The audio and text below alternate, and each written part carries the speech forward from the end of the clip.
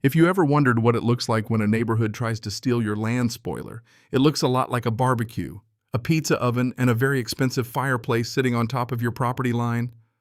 Well, pull up a chair because I watched them build a $150,000 clubhouse on my land and then watched them tear the whole thing down 6 months later. It was one of those stories that starts small, a weird letter, a threat about my grass, and ends with a 10-foot industrial fence going right through the middle of a bar. You think HOA fights are boring until someone pours concrete where your granddad planted his first tree. I own an acre that my grandfather bought back in the 70s, long before streetlights and gated entries swallowed the countryside. He used to joke about building a little cabin there someday, never did, but he held on to the land stubborn as hell. It passed to my dad, and then to me. Then developers came like they always do, bought the surrounding farms, paved the trees, hung sconces on every streetlight, and stamped out a neighborhood so neat it could be mistaken for a museum. My 1 acre sat there like a missing tooth, and the HOA never let me forget it. I got their notices the way you get junk mail a few times a year. Your wildflower patch is offensive, your grass is too long, that sort of puppy shit. I'd write "not a member" across their forms in red marker and drop them in their mailbox. I live a couple hours away for work, so my trips out to that lot are monthly maintenance, mow, check the markers, drive back. It's my peace of quiet. I wasn't itching for a fight, until the day I pulled onto my land and saw a concrete truck. Not a delivery, not a one-man jackhammer, a full crew.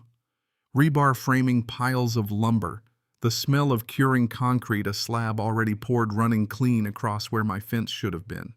My first impulse was to scream. Then I remembered yelling at laborers never fixes bad decisions. So I walked up like a curious neighbor, camera in hand, and found a sunburned foreman barking into a clipboard.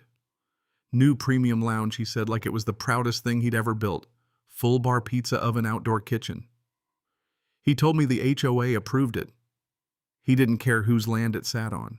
I took pictures. Lots of pictures. Close shots of the survey markers, wide shots of the slab, even a photo of the blueprints on the tailgate where the property line was printed plain as day. He noticed, asked what I was doing, and I said I was documenting community improvements. He shrugged and went back to yelling at the rebar. I drove straight to their office, sat in a lobby that smelled faintly of lemon cleaner, and waited until the board president, a woman in perfectly scissored hair and clothes that cost more than my car payment, agreed to see me. She had that kind of smile that shows all the teeth and none of the warmth. "We're expanding the community center," she said, hands folded, voice syrupy with condescension. "Your lot will finally be put to use. You should be grateful, it'll boost your value." I told her the building was on my land. She laughed. Then she explained in a tone reserved for flies and complainers that because my lot was surrounded by HOA property, it fell under an implied easement for the greater good. Translation, she'd decided I didn't own my land anymore. I left, called a real estate attorney, and did something a lot of people would never consider. I listened when he said let them burrow themselves in a little. We sent a certified cease and desist, stop work immediately, remove all materials and structures, or face legal action. They got the letter and predictably ignored it. Their lawyer fired back with threats of annexation and harassment claims.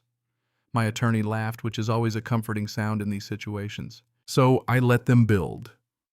For 3 weeks they framed and veneered and installed a commercial pizza oven like they were decorating a stage. The place looked finished. It gleamed. It had stainless steel where my wildflowers used to glow. The HOA posted a grand opening for Memorial Day weekend and bragged about it on neighborhood boards. That's when I set the plan in motion. Next morning I hired a licensed surveyor and had him place neon pink 4-foot-high survey markers along my property line, the kind you can't miss even if you're trying. One went right through their outdoor fireplace. One stood smack in the middle of the bar. They stuck up like ugly flags of truth. Friday afternoon, the day before the ribbon cutting, I called the county building inspector and told him there was a structure built on private land without proper permits. I also called a fencing company and said I needed an emergency installation for the weekend, premium rates, no questions asked. At 7 Saturday morning, a crew drove up, unloaded chain link and posts, and went to work. 6 hours later, there was a 10-foot industrial fence plumbed right along my property line, the sort of fence you see around demolition sites. It bisected the clubhouse like a bad surgeon. The bar was cut in two. The pizza oven sat behind a wall of chain link. I nailed no trespassing signs every 10 feet and went home to watch the fireworks. People started arriving around noon to set up. A board member rounded the corner, stopped dead, and his jaw sort of left his face. The board president turned every shade of red I could name, then went through the motions. You'd expect pacing, frantic calls, furious gestures. She shouted at the fence crew who were literally still on my property finishing the last post, and they ignored her like professionals do when the job is legal and paid. By 1 o'clock, the grand opening was quietly canceled. Banners came down. They stood in small groups looking embarrassed and betrayed by a fence and a handful of neon stakes. Monday, the county inspector showed up textbook punctual. My attorney met him there with file after file, my deed, the certified mail receipt photos, the blueprint with their building crossing my line. He took photographs, compared records, and posted a red stop work order on the part of the structure they could still reach. Their lawyer arrived, and I'll admit watching his face go from smarmy confidence to confusion to near panic was almost a sport. That week I filed suit, trespass, property damage, permanent encroachment, every box checked, every photo included. They tried the implied easement defense. They tried the greater good argument. None of it held up in court. The judge took 15 minutes to read, ask one pointed question, any legal basis, and then ruled for me. Not only did the HOA have to drop any claim to my land, the judge ordered the structure removed and my property restored. Because the HOA had knowingly ignored the cease and desist and pressed on the court, found their actions negligent and possibly malicious, which legally speaking is a very expensive problem. Here's the part that satisfies you, like a good courtroom drama. The judge didn't just say, "Take the part that's on his land down." He ordered the entire building demolished. You can't have half a building where one half belongs to you and the other doesn't. The structure was designed as a single unit, and so the whole thing had to come down. Demolition took 3 days in October.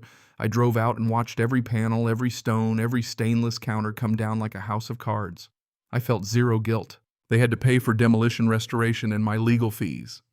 The cost demolition restoration legal wiped out their reserve funds. In November, every homeowner got a special assessment notice. Dues tripled to rebuild reserves and cover legal costs. The neighborhood erupted, people angry that their money had been spent on a building no one could use. The December meeting, chaos, resignations. By January, the board was replaced. The former president had to sell her home. Karma in HOA form landed like a sledgehammer. My lot is back to what it was. Grass, a slightly bigger wildflower patch, and a professionally made sign that reads, "Private property, not HOA."